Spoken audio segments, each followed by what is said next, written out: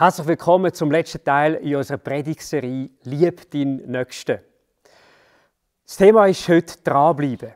Ja, vermutlich vor ein paar Wochen war es noch nicht so schwer gewesen, sich diesen Aufforderungen vom Bund irgendwo zu stellen in dieser ganzen Corona-Krisenzeit. Aber mit der Zeit, ich weiss nicht, wie es dir geht, mit der Zeit wird es wirklich mühsam. Irgendwo muss man dranbleiben. Ich kann mir vorstellen, so der ganze Bereich Social Distancing. Die einen, die älter sind, fragen sich, wenn ich das letzte Mal war, wo ich einen von meinen Enkeln in die Arme nehmen konnte. Oder schon nur ganz bescheiden, wenn ich das letzte Mal war, wo ich jemanden in den Arm nehmen konnte oder vielleicht die Hand schütteln. Und irgendwo auf die Länge, das macht etwas mit einem. Es fehlt einem die Nähe zu anderen Menschen.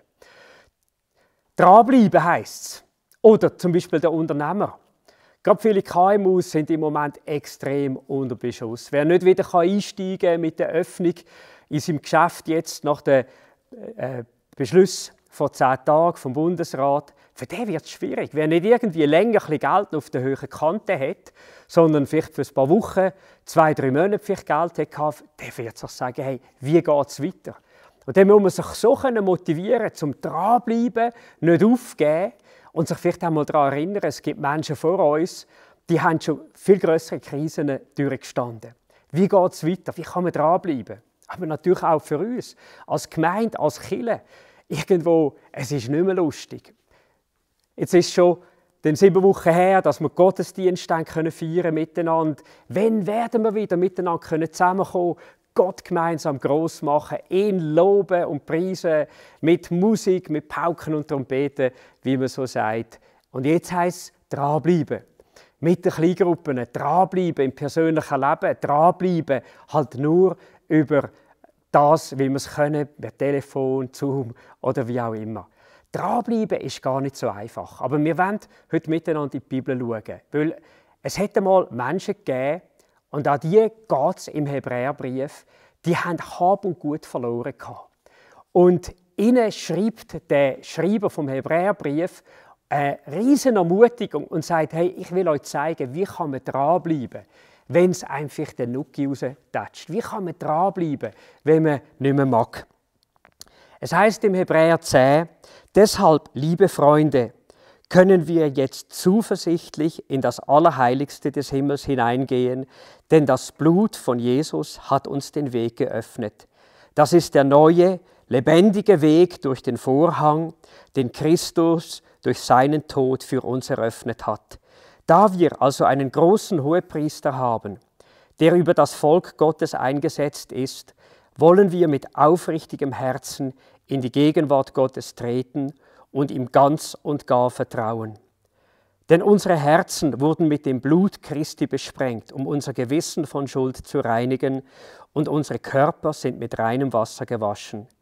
Deshalb wollen wir weiter an der Hoffnung festhalten, die wir bekennen. Denn Gott steht treu zu seinen Zusagen, spornt euch gegenseitig zu Liebe und guten Taten an. Und lasst uns unsere Zusammenkünfte nicht versäumen, wie einige es tun, sondern ermutigt und ermahnt einander, besonders jetzt, da der Tag seiner Wiederkehr rückt. In diesem Text werden uns einige Motivationsfaktoren geben, wie wir dranbleiben können. Wie wir dranbleiben im persönlichen Glauben, wie wir dranbleiben, aber auch in sozialen, wirtschaftlich schweren Umständen. Und das Erste ist, das steht in Vers 23, dass der Paulus sagt, hebt fest an dieser Hoffnung. Wir können dranbleiben, wenn wir an der Hoffnung festhalten. Deshalb wollen wir weiter an der Hoffnung festhalten, die wir bekennen. Denn Gott steht treu zu seinen Zusagen. Das ist die Grundlage von dieser Hoffnung. Gott steht treu zu diesen Zusagen. Ich kann mich gut erinnern, mein Vater hat meinem Bruder Andi und mir, wo wir in der Schule waren, einmal einen Modellflüger geschenkt. Den kleinen Uhu haben wir dann zusammengebaut und haben den Stück für Stück da mit dem Balsaholz und dem Leim zusammengesetzt. Und dann ist Folgendes passiert. Der Flüger ist etwa 3 Monate lang einfach brach gelegen im weiteren Zusammenbau. Was ist passiert? Man hat den bespannen, die Flügel irgendwie mit so einer Folie und einer Flüssigkeit einstreichen, dass die nachher richtig hart geworden wären. Und wir haben das noch nie gemacht. Und dann ist unser Vater gekommen und hat gesagt, weisst du, komm, jetzt lesen wir die Bedienungsanleitung ganz genau. Das haben viele andere auch schon gemacht. Aber wenn wir da lesen, was drin steht und das so machen, wird das sicher gelingen. Und genau so haben wir es gemacht. Und dann ist der Flüger nachher auch geflogen. Und ich habe so gedacht, ist es letzten Endes nicht genau so? Wir werden manchmal müde. Uns fällt es manchmal schwer zum Dranbleiben. Wir laufen an Hindernisse an Faktoren, die uns total entmutigen. Sachen, die wir vielleicht noch nie hatten. Und dann brauchen wir etwas. Wir brauchen den Zuspruch. Jemand, der sagt, hey, du kannst auf ein Wort vertrauen und dann wirst du eben auch zum Ziel kommen. Und genauso ist das Wort Gottes. Es hat ja geheißen in unserem Vers, Gott steht treu zu seinen Zusagen. Wie kannst du das ganz praktisch machen? Ich mache es persönlich so, ich schreibe mir jeden Tag einen Bibelvers auf, der mich speziell angesprochen hat in der persönlichen Bibellesung. Ich schreibe den auf, ich denke darüber nach, notiere die Gedanken dazu und formuliere daraus ein Gebet. Ein Gebet, wo ich diesen Bibelvers vertiefen kann. Und dann kann ich den mitnehmen in den Alltag. Und so habe ich in der Woche etwa 7 Bibelvers, die ich mitnehme. Ich kann nicht alle behalten, aber ich merke, es gibt mir Schub für jeden neuen Tag. Festhalten an den Zusagen von Gott. Ich denke, du könntest etwas anderes machen. Vielleicht fasziniert dich die Kirchengeschichte. Im Nicäno Konstantinopolitanum, da hat man ein Glaubensbekenntnis verfasst. Das ist 381 nach Christus. Könnt ihr übrigens im Internet finden. Und dort sind die wichtigsten Wahrheiten der Bibel zusammengefasst. Das beginnt, ich glaube an den einen Gott, den Vater, den Allmächtigen, der alles geschaffen hat, Himmel und Erde, die sichtbare und die unsichtbare Welt, und an den einzigen Herrn Jesus Christus, Gottes eingeborenen Sohn. Und dann geht das weiter, was Jesus alles da hat, bis hin zum Heiligen Geist. Schau das doch mal an, kannst es googlen, abladen, für dich ausdrucken. Ein Bekenntnis vom Glauben, wo kannst du daran festhalten. Oder vielleicht gibt dir Gott sonst so ein Signal durch den Alltag. Vielleicht hast du letzte Woche so etwas erfahren. Eine Ermutigung durch einen Christ, eine Ermutigung durch eine andere Person, die gesagt hat, hey, heb doch fest an dem Glauben, wo du hast. Glaub mir, das sind nicht Zufälle. Das ist ein Zeichen von Gott, das er dir gibt und setzt und damit sagt, heb fest an der Hoffnung, die du hast in dem Glauben an Jesus Christus. Das hilft uns zum Dranbleiben. Dann heißt es im Vers 24, spornt euch gegenseitig zu Liebe und zu guten Taten an. Das heißt, wir können dranbleiben in unserem Leben durch gegenseitige Liebe und Gemeinschaft. Liebe oder das Zusammensein miteinander, wo man einander stärkt, wo man einander Mut macht, ist eine unglaublich starke Kraft. Ich habe das so erlebt, kaum hatte ich das Billett hatte, das Auto vom Papi auslehnen und ich habe einen Rechtsvortritt missachtet. Mein Auto oder das Auto von meinem Papa war fast Totalschaden, ein riesiger Schrotthaufen. Und meine grösste Sorge war natürlich, wie sage ich das meinem Papi? Wie wird er reagieren?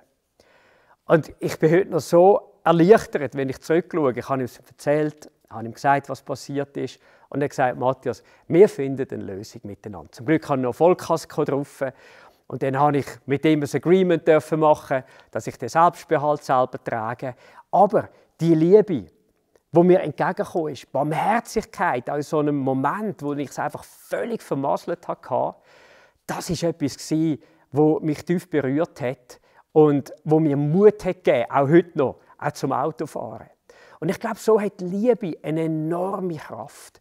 Eine Liebe, wo man merkt, wo man spürt, Liebe, die uns wirklich unterstützt. Und ich glaube, das ist eine Motivation für uns, immer wieder einmal daran zu denken, wir haben einen Gott von der Liebe.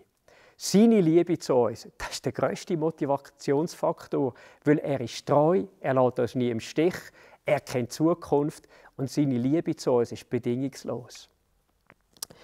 Frag dich doch vielleicht einmal, hey, was hast du an Liebe erfahren durch andere Menschen? Was hast du an Liebe erfahren, auch durch Christen? Frag dich vielleicht einmal, In welchen Bezug von Liebe bist du gekommen durch deine Gemeinde, durch deine Kirche? Ich glaube, wir sollten so Sachen in unserem Leben notieren und mitnehmen und nicht vielleicht die Momente, wo andere Menschen unsere Erwartungen nicht haben erfüllt. Liebe. Man kann den Spieß vielleicht auch umkehren und sagen, hey, wem könntest du Liebe erweisen? Ich glaube, in dieser Zeit, in der wir leben, brauchen alle immer wieder mal einen Schub von Motivation. Kannst du jemandem helfen? Kannst du jemandem anrufen? Kannst du bei jemandem mal nachfragen, wo du weisst, hey, es war schon nicht so einfach gewesen? Kannst du jemandem ein Zeichen von der Liebe geben? Einen Bibelvers schicken? Ein WhatsApp, das vielleicht ermutigt? Es gibt so viele Möglichkeiten, praktische Hilfestellungen zu geben, Menschen zu unterstützen, ein bisschen nachdenken, sich von Gott leiten lassen und ein Zeichen von der Liebe setzen. Das kann den ganzen Unterschied machen für einen anderen Menschen, ob er dranbleibt oder ob er die Hoffnung aufgibt. Ich glaube, das ist auch ein Grund, warum die Bibel sagt, hey, wir brauchen unsere Zusammenkünfte so sehr. Es heißt nämlich weiter im Hebräerbrief, lasst uns unsere Zusammenkünfte nicht versäumen, wie einige es machen, sondern ermutigt und ermahnt einander, besonders jetzt, wo der Tag von seiner Wiederkehr näher rückt. Ja, jetzt kannst du sagen, ja, die Bibel, gell, die hat keine Ahnung gehabt, in was für eine Zeit wir einmal kommen. Es ist wahr, unsere Zusammenkünfte im grossen Rahmen sind nicht möglich. Aber weißt du was? Ich glaube, die Zusammenkünfte, die wir jetzt haben, via Zoom, via Telefon, in Zweiergruppen, in unseren Kleingruppen, die sind so wichtig. Denk daran, es braucht einen anderen, auch du brauchst es, um dran zu bleiben im Glaubensleben. Am Sonntag miteinander oder allein oder als ganze Family anzuhocken und die Serie jetzt miteinander anzuschauen, die Botschaften miteinander zu hören, dran zu bleiben im Glauben. Wir sollen einander anspornen heissen. Und das kann man auf eine gute Art und Weise machen. Nicht mit Druck, sondern mit Liebe und mit Fürsorge. Vielleicht noch, warum heisst es besonders, wo der Tag von seiner Wiederkehr näher rückt. Ich glaube, Gott erinnert uns daran, uns bleibt noch beschränkte Zeit. Es kommt ein Tag, wo wir nichts mehr machen können. Es kommt ein Tag, wenn Jesus wiederkommen wird, dann ist die Zeit hier abgelaufen für Menschen, die Jesus nachfolgen. Und ich glaube, Gott will nicht, dass wir mit Reue zurückschauen auf diese Zeit und sagen, hätte ich doch nicht nur an mich gedacht. Wäre ich doch noch für andere Menschen da gewesen. Wäre ich doch noch eingestanden für Jesus. Hätte ich doch noch jemandem die Botschaft von der Hoffnung weitergegeben. Und das Dritte ist, und das hat mit Jesus zu tun, und ich glaube, das ist der stärkste Punkt, wir können dranbleiben, weil wir wissen, Jesus hat einen neuen Weg für uns Menschen geschaffen.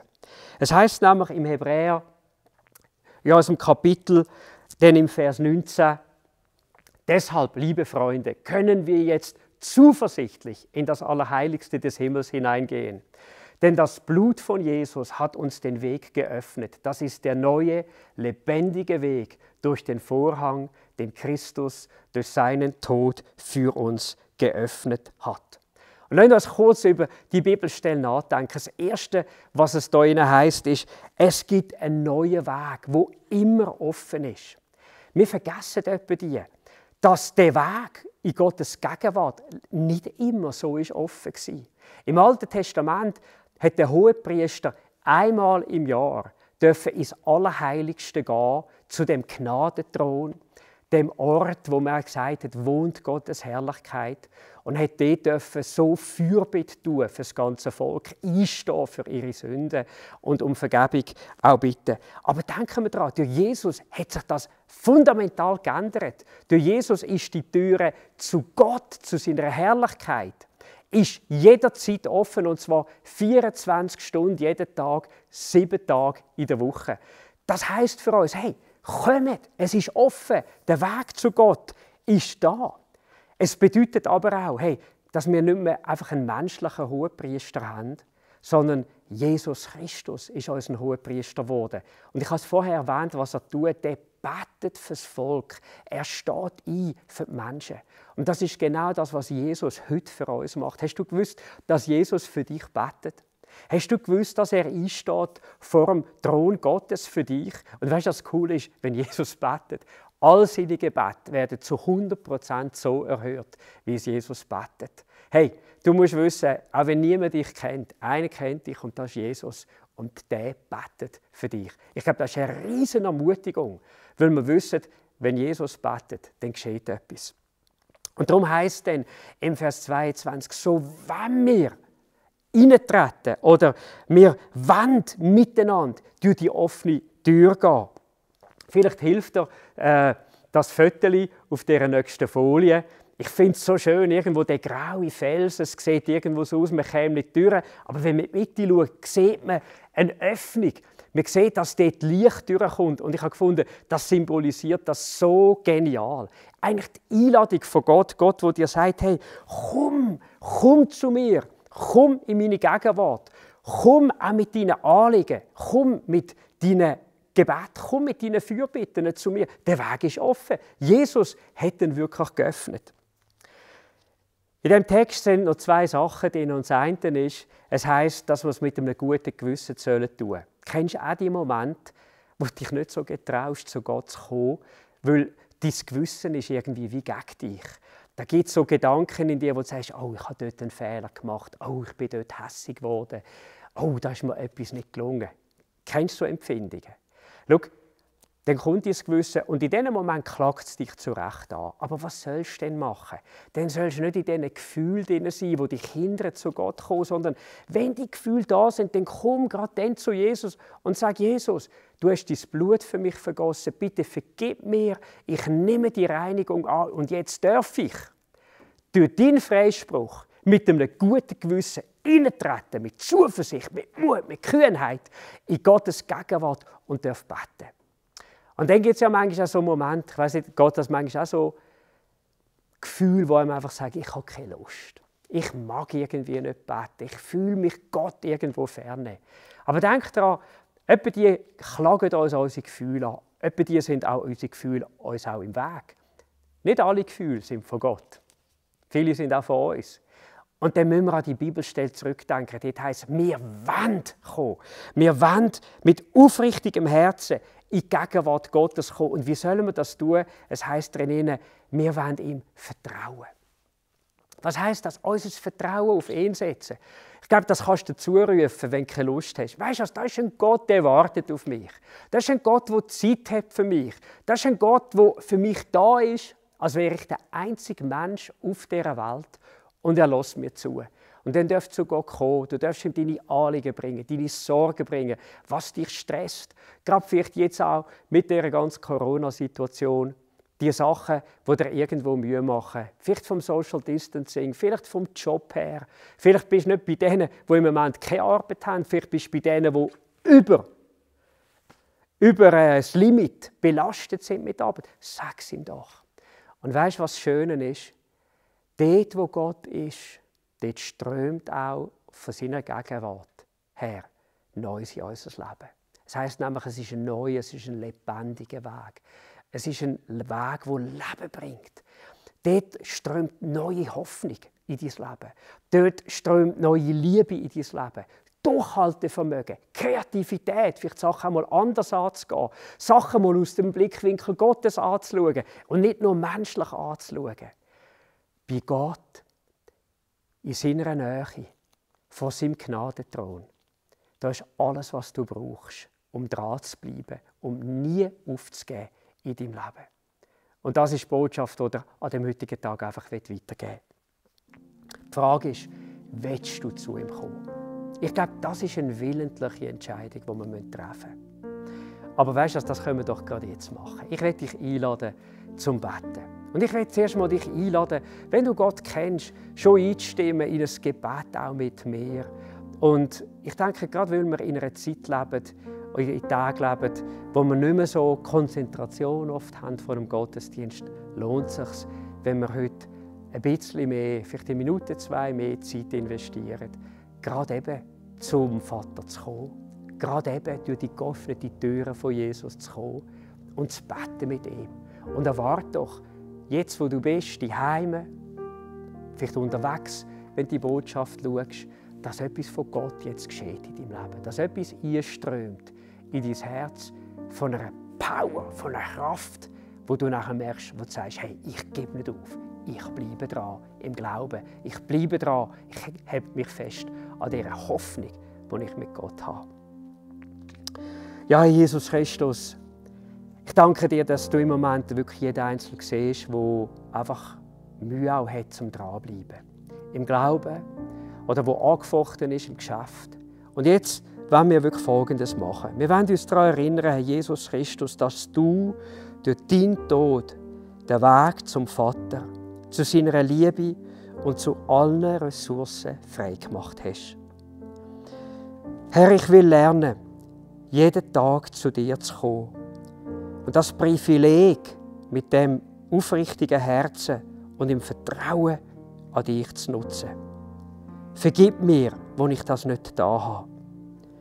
Ich danke dir, dass ich jetzt in deine Gegenwart treten darf.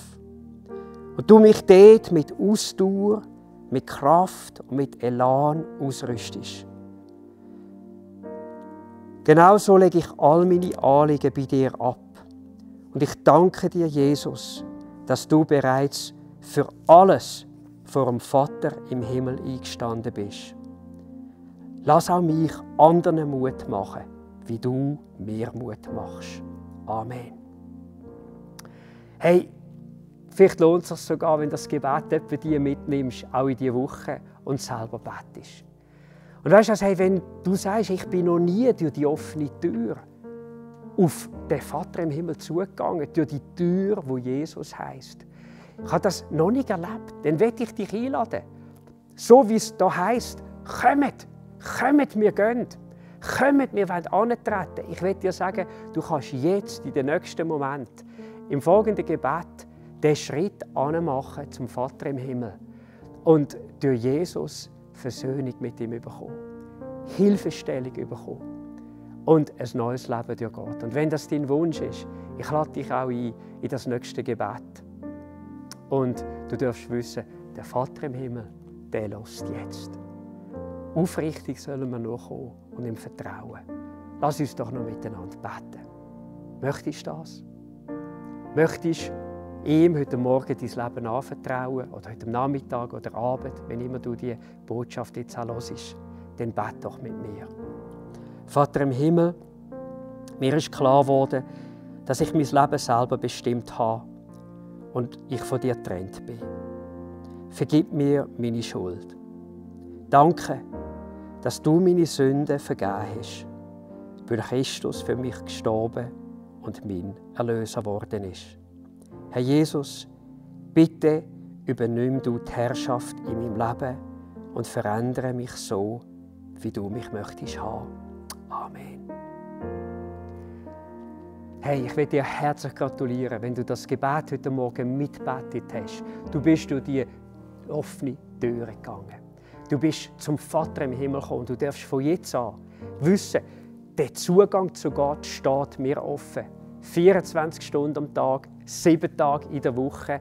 Und ich darf nicht noch kommen. Nein, ich bin eingeladen, jeden Tag die Nähe von Gott zu suchen. Und ich werde dir zusprechen, du wirst merken, wie du Power bekommst, Kraft bekommst, Motivation bekommst, auch Kreativität bekommst, zum Dranbleiben. Im Glauben, aber auch mit allen Herausforderungen im Leben. Gott segne dich ganz, ganz mächtig.